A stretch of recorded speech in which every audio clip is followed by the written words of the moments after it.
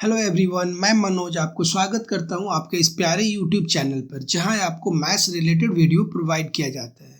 तो अगर आप मेरे साथ मैथ्स करना चाहते हैं तो इस चैनल को सब्सक्राइब करें और साथ में बेल आइकन को प्रेस कर लें ताकि टाइम टू टाइम आपको वीडियो का नोटिफिकेशन मिलता रहे। तो चलो बिना देर किए वीडियो को स्टार्ट करते हैं। हम लोग आज करेंगे कुछ क्लास 12 का इम्पोर्टेंट क्वेश्चन। ओके, यह है हमारा सैम्पल क्वेश्चन पेपर 1। पहले क्वेश्चन पेपर 1 से हम लोग कुछ क्वेश्चन करते हैं। तो यहाँ से है section A multiple choice question. Each question carry 1 marks है। यह मल्टीपल चॉइस क्वेश्चन करेंगे। जो भी क्वेश्चन हुआ 1 मार्क्स का है। क्वेश्चन नंबर 1 है हमारा, इफ ए, यहाँ पर मैट्रिक्स है A I J is a skew matrix of order N. Order क्या दे रखा है? एन। देन ऑप्शन ए में है A I J equal to 1/a/ji for all i, j। Option B में है A I J not equal to 0 for all i, j। Option C में है A I J equal to 0 where i equal to j। And option D में दिया हुआ A I J not equal to 0 where i equal to j। तो ध्यान से हम लोग पहले क्वेश्चन देखेंगे। क्वेश्चन में हमें बोल रखा है कि यह स्क्यू सिमेट्रिक मैट्रिक्स है। तो फिर ये चारों ऑप्शन में कौन सा ऑप्शन करेक्ट होगा? ओके, तो यह हमारा कुछ स्क्यू सिमेट्रिक मैट्रिक्स का एग्जाम्पल है। हम लोग को यह पता है कि स्क्यू सिमेट्रिक मैट्रिक्स में डायगोनल एलिमेंट जो होता है वह 0 होता है। डायगोनल एलिमेंट जो होता है वह 0 होता है, राइट। तो ऑप्शन अगर डी में हम लोग ऑप्शन सी को अगर चेक करें, देखो ऑप्शन सी में क्या है। ऑप्शन सी में A I J equal to 0 where i equal to J. देखो ध्यान से, अगर यहाँ पर i इक्वल टू जे हो जाता है means a i equal to 0 means यहाँ पर अगर हम लोग लिखे 1a11 means first row first column. देखो यहाँ पर फर्स्ट रो फर्स्ट कॉलम कितना है? 0। उसी तरह से A22 means second row second column, second row second column हमारा कितना है? 0। तो ये 0 आ गया।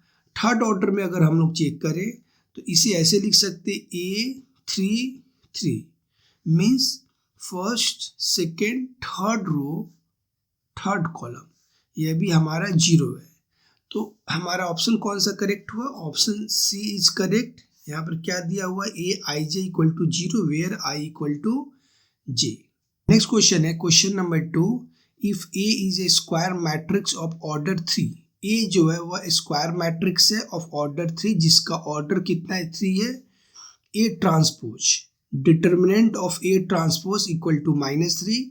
देन हमें फाइंड आउट क्या करना है? Determinant of A into A transpose. Okay, option A में है 9, ऑप्शन बी में है -9, ऑप्शन सी में 3 एंड ऑप्शन डी में -3।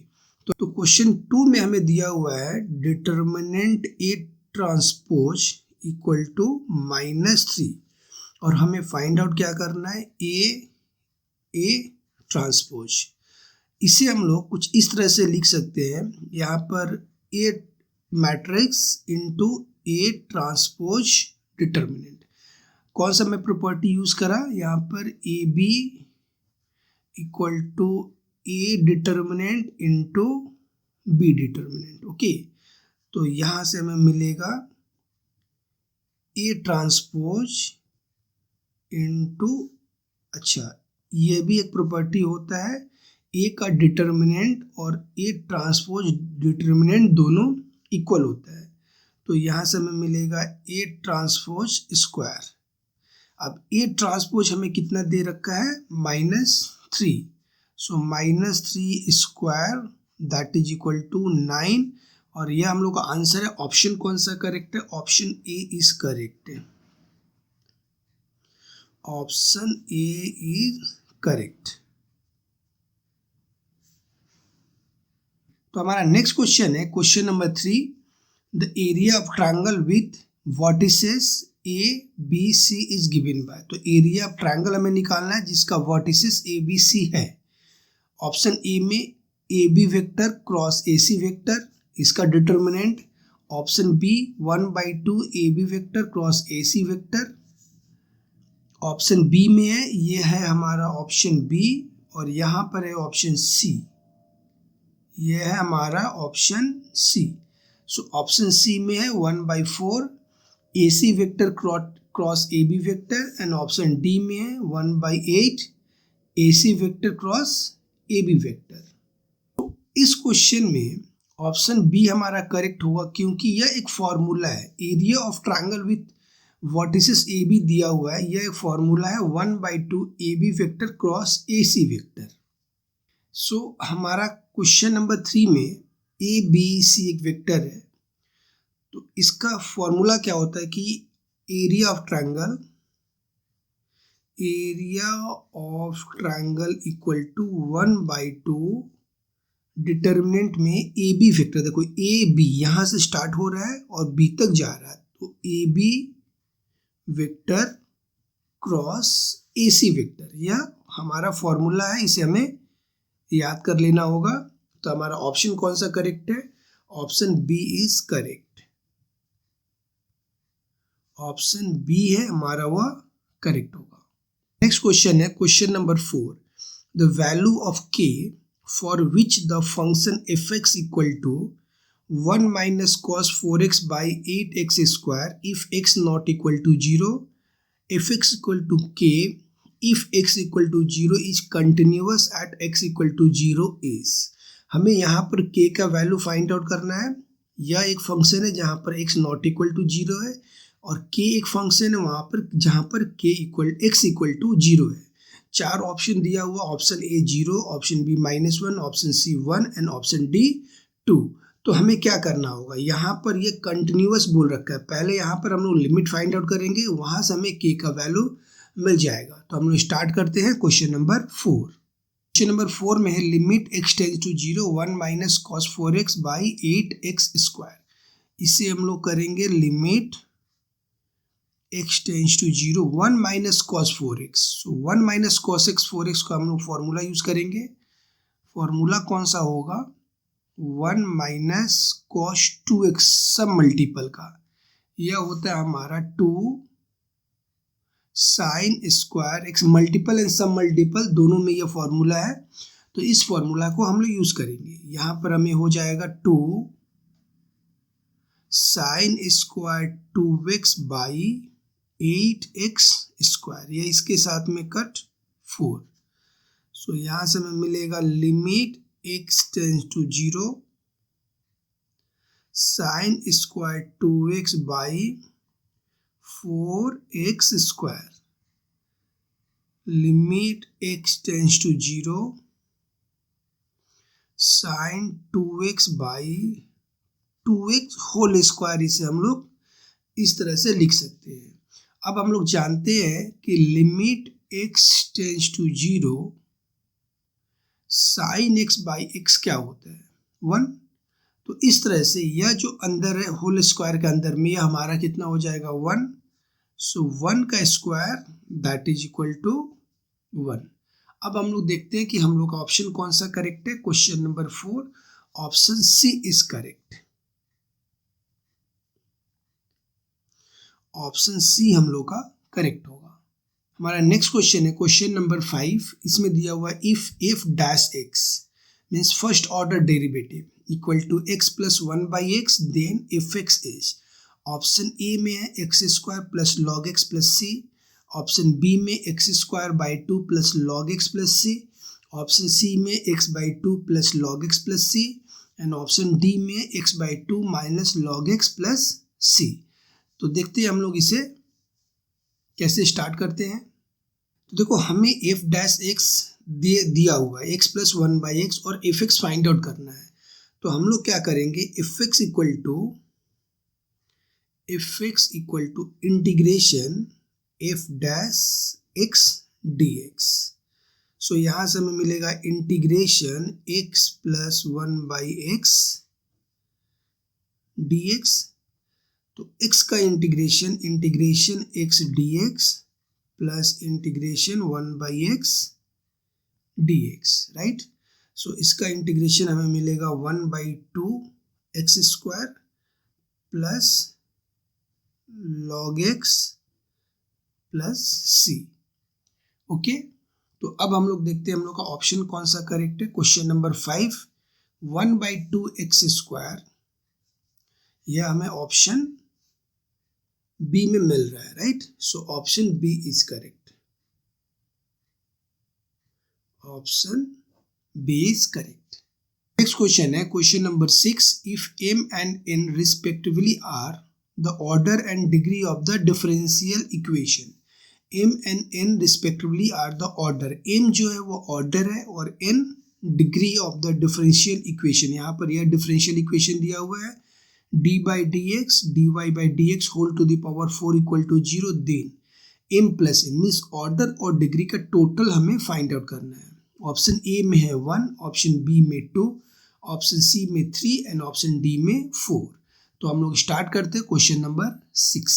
यह क्वेश्चन है, इसका हम लोग डिफ्रेंशिएट करेंगे तो यहाँ से हमें मिलेगा, देखो ये पावर है 4, 4 क्या होता है बगल में आ जाता है, dy/dx, इसका पावर 3 हो जाएगा, एक कम होता है डिफ्रेंशिएशन करने के बाद, इंटू dy/dx का डिफ्रेंशिएशन सेकेंड ऑर्डर हो जाएगा d²y/dx² इक्वल टू 0। यहाँ पर ध्यान देंगे कि हाईएस्ट ऑर्डर क्या है, सेकेंड ऑर्डर, यह है हमारा हाईएस्ट ऑर्डर। इसका डिग्री कितना है, इसका डिग्री है 1, यहाँ पर 1 है, तो m हो गया हमारा 1 और n हो गया हमारा 2। फर्स्ट सेकेंड ऑर्डर डिग्री है 1, m प्लस n हम लोग फाइंड आउट करते हैं, m प्लस n हमें मिलेगा 1 + 2 इक्वल टू 3। ओके, तो इसका अभी हम लोग ऑप्शन देख लेते हैं। ऑप्शन सी करेक्ट है हमारा, ऑप्शन सी हम लोग का करेक्ट होगा।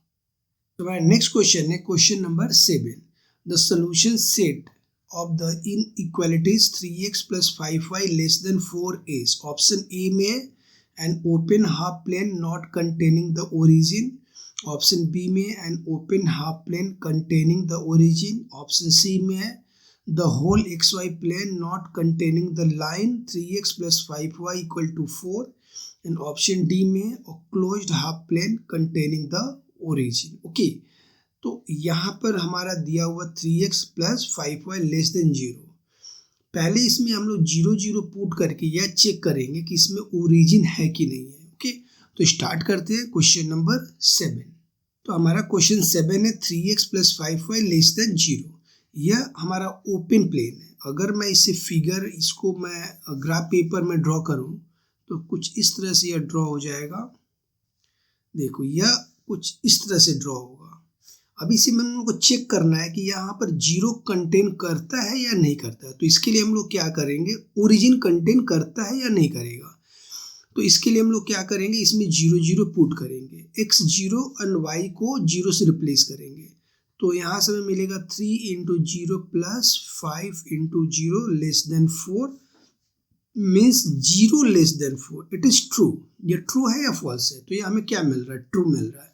इसका मतलब ये जो ग्राफ पेपर है इसमें 0 है और ये हाफ प्लेन है। तो हमारा ऑप्शन कौन सा करेक्ट है, ऑप्शन ए में हमारा an open half plane not containing the origin, ये रॉन्ग है क्योंकि ओरिजिन कंटेन कर रहा है।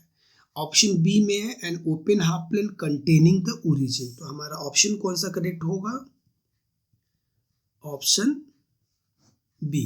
नेक्स्ट क्वेश्चन है question number 8, the scalar projection of vector 3i minus j cap minus 2k cap on the vector I cap plus 2j cap minus 3k cap is। option A 7/√14, option B 7/14, option C 6/13 and option D 7/2। तो हम लोग देख लेते हैं, इसमें हम लोग को प्रोजेक्शन फाइंड आउट करना है इस वेक्टर का इस वेक्टर के ऊपर में। ओके, तो हम लोग स्टार्ट करते हैं question number 8। So question number 8 है हमारा ए वेक्टर, इसे मैं वेक्टर ए लेट कर लिया और इसे मैं वेक्टर बी लेट कर लिया। अब प्रोजेक्शन कैसे निकलता है,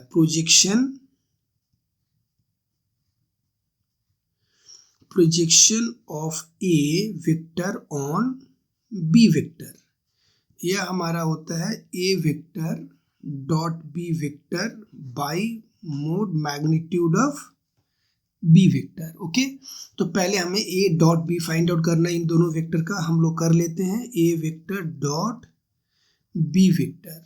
सो 3i cap minus J cap minus 2k cap, यह है हमारा minus dot i cap plus 2j cap minus 3k cap. So अब हमें क्या करना होगा, i कैप के साथ में 3 है और i कैप के साथ में 1 है, इन दोनों को मल्टीप्लाई करेंगे, हमें मिलेगा 3 इंटू 1। जे कैप के साथ में -1 है और जे की कैप के साथ में यहाँ पर 2 है। सो -1 इंटू 2, यहाँ पर हमें -2 है और ये -3 है, प्लस -2 इंटू -3, तो ये हमें मिलेगा 3 - 2 + 6 7। तो ए डॉट बी मिला हमें 7। बी का मैग्नीट्यूड फाइंड आउट करते हैं। बी वेक्टर का मैग्नीट्यूड रूट के अंदर में देखो आई कैप का कोएफिशिएंट कितना है, 1 है, सो 1 का स्क्वायर, प्लस जे कैप का कोएफिशिएंट है 2, सो 2 का स्क्वायर, प्लस के कैप का कोएफिशिएंट है -3 का स्क्वायर। सो यह हमें हो जाएगा, मिलेगा 1 + 4 + 9। ओके, सो 9 + 1 10, यह हमें मिलेगा 14। सो इस फॉर्मूला में हम लोग अभी इसको पुट करेंगे। ए डॉट बी हमें 7 मिला था, यहीं पे मैं लिख देता हूँ A dot B 7 divided by magnitude of B vector है √14। अभी हम लोग ऑप्शन देखते हैं। ऑप्शन ये हम लोग आंसर होगा, ऑप्शन कौन सा करेक्ट है, question number 8, option A is correct. तो यहाँ पर होगा ऑप्शन ए हमारा करेक्ट होगा। हमारा नेक्स्ट क्वेश्चन है question number 9, the value of integration 2 to 3 x/x² + 1 dx is. Option A है log 4, option B log 3/2, option C 1/2 log 2 and option D log 9/4। Okay, तो हम लोग स्टार्ट करते हैं क्वेश्चन नंबर 9। क्वेश्चन नंबर 9 में कुछ इस तरह से दिया हुआ है। यहाँ पर एक फॉर्मूला हम लोग यूज करेंगे। फॉर्मूला क्या है, integration f' by fx dx। ये हमारा क्या हो जाता है, log f' f x + c। Formula हमारा क्या है, f' मीन्स first order derivative by fx dx equal to log fx + c। ये हमारा फॉर्मूला है। तो इसे हम लोग कैसे करके अरेंज करेंगे, देखो डिनोमिनेटर का अगर हम लोग डिफ्रेंसिएशन करेंगे तो यहाँ पर हमें मिलेगा 2x + 0, 1 0 हो जाएगा, x² क्या हो जाएगा 2x। तो मैं 1/2 करके यहाँ पर मैं 2x किया बाई x² + 1 dx। अब यह हमारा फॉर्मूला इस फॉर्मूला में अरेंज होगा, इसका डिफ्रेंसिएशन ये हमें मिल रहा है। तो फिर यहाँ से क्या मिलेगा, 1/2 log x² + 1 और यह हो जाएगा 2 to 3। Okay, so 1/2 log, value को पुट करेंगे 3 यहाँ पर, 3a² + 1 प्लस माइनस log 2² + 1, ये हमें हमारा आंसर होगा। मीन्स यह कैलकुलेशन होगा 1/2 log 9 + 1 10 माइनस 2² log 4 + 1 5। सो 1/2 log 10/5, ये इसे कट करेंगे, सो हमें मिलेगा 1/2 log 2। अभी हम लोग ऑप्शन ऑप्शन देखते हैं क्वेश्चन नंबर 9 का। यहाँ पर हमें मिलेगा 1/2 log 2, यह क्वेश्चन ऑप्शन सी करेक्ट है, option C is correct. So हमारा नेक्स्ट क्वेश्चन है question number 10, if a, b are non singular square matrix of the same order then ab inverse whole inverse equal to, option A में है A inverse B, option B में है A inverse B inverse, option C में है B A inverse and option D में है A B inverse. तो हम लोग स्टार्ट करते हैं क्वेश्चन नंबर 10।